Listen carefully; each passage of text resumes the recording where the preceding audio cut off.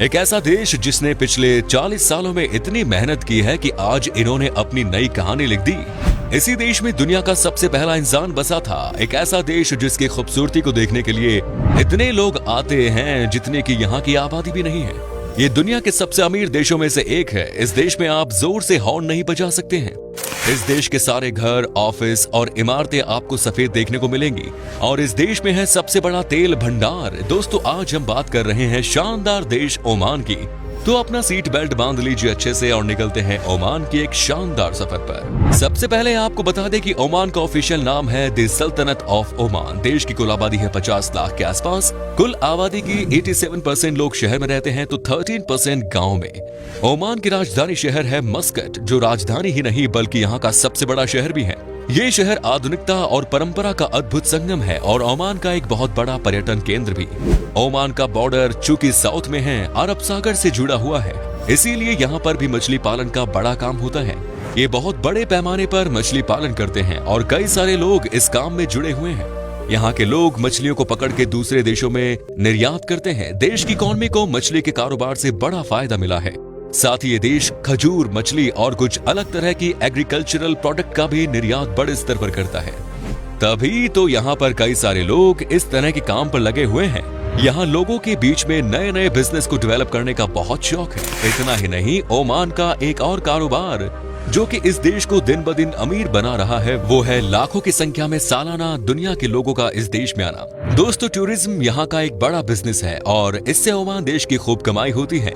लेकिन ओमान में टूरिज्म को ऐसे ही बढ़ावा नहीं मिला है।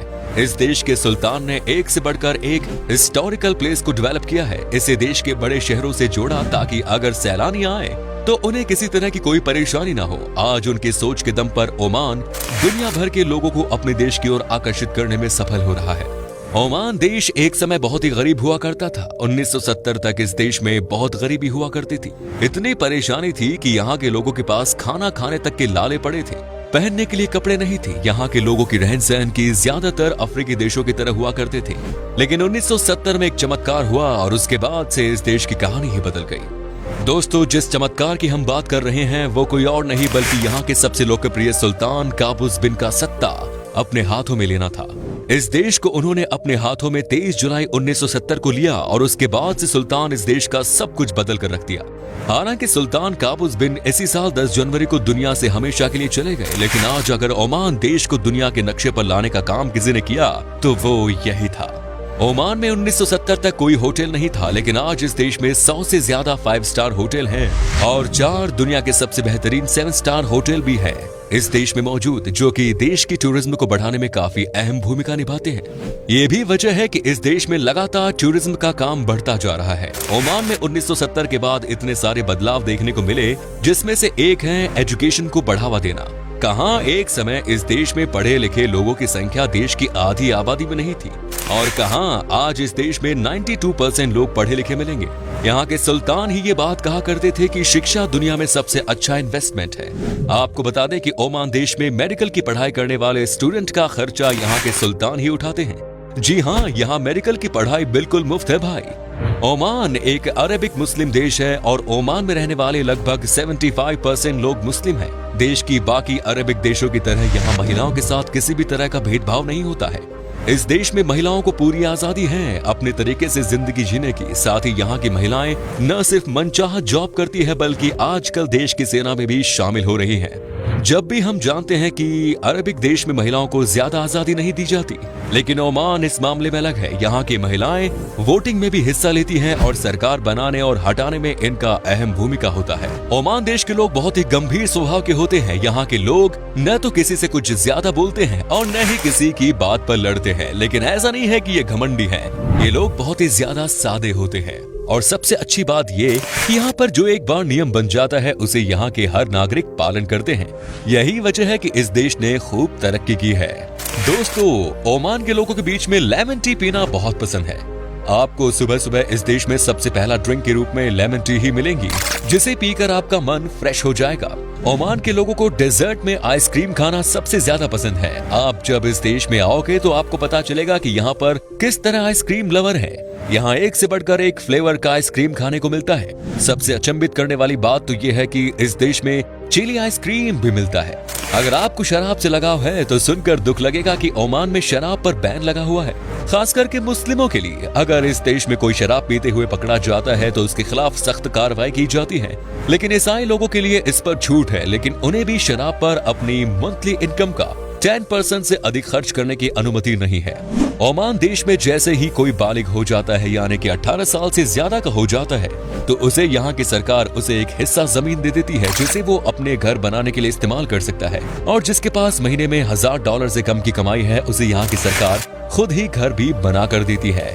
यहाँ घर खरीदने का कोई टेंशन नहीं होता और न ही टैक्स भरने का।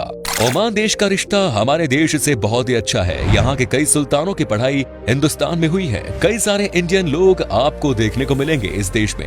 ओमान की कुल जनसंख्या लगभग 20% भारतीय है। अमेरिका के बाद इंडिया के सबसे ज्यादा इंजीनियर इसी देश में काम कर रहे हैं और ओमान को आगे ले जाने में मदद कर रहे हैं। यहाँ पर इंडिया के लोगों को अच्छे खासे पैसे मिलते हैं और साथ ही राजधानी शहर मस्कट में 2 हिंदू मंदिर भी है, जिनमें से एक 100 साल से भी पुराना है।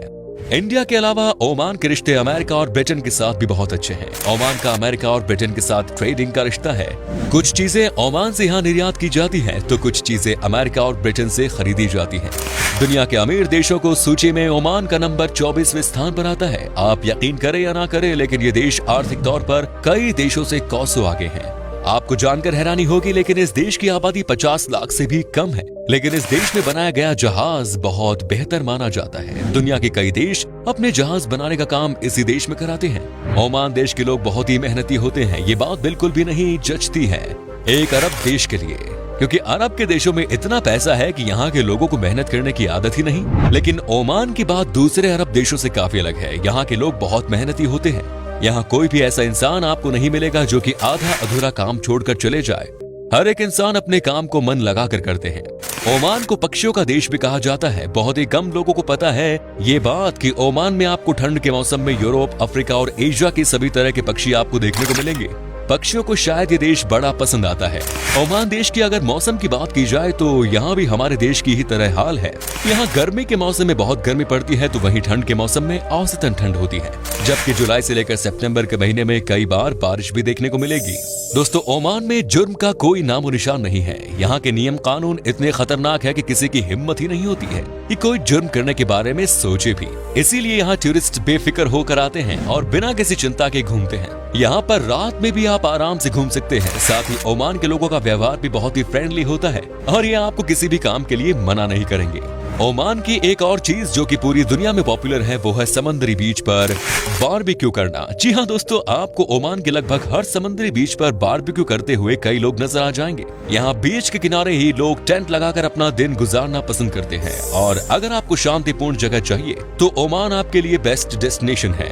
ओमान की शकिया का रेगिस्तान सैलानियों के लिए लोकप्रिय डेस्टिनेशन है। कई सारे लोग यहाँ रेगिस्तान में सफारी का मजा लेने के लिए जाते हैं। चलिए दोस्तों, अब हम आपको बताते हैं कि क्या है यहाँ का वीजा प्रोसेस। आपको बता दें कि आपके पास अगर सारे डॉक्यूमेंट्स मौजूद हैं तो आपको वीजा 4 दिन के अंदर अंदर मिल जाएगा।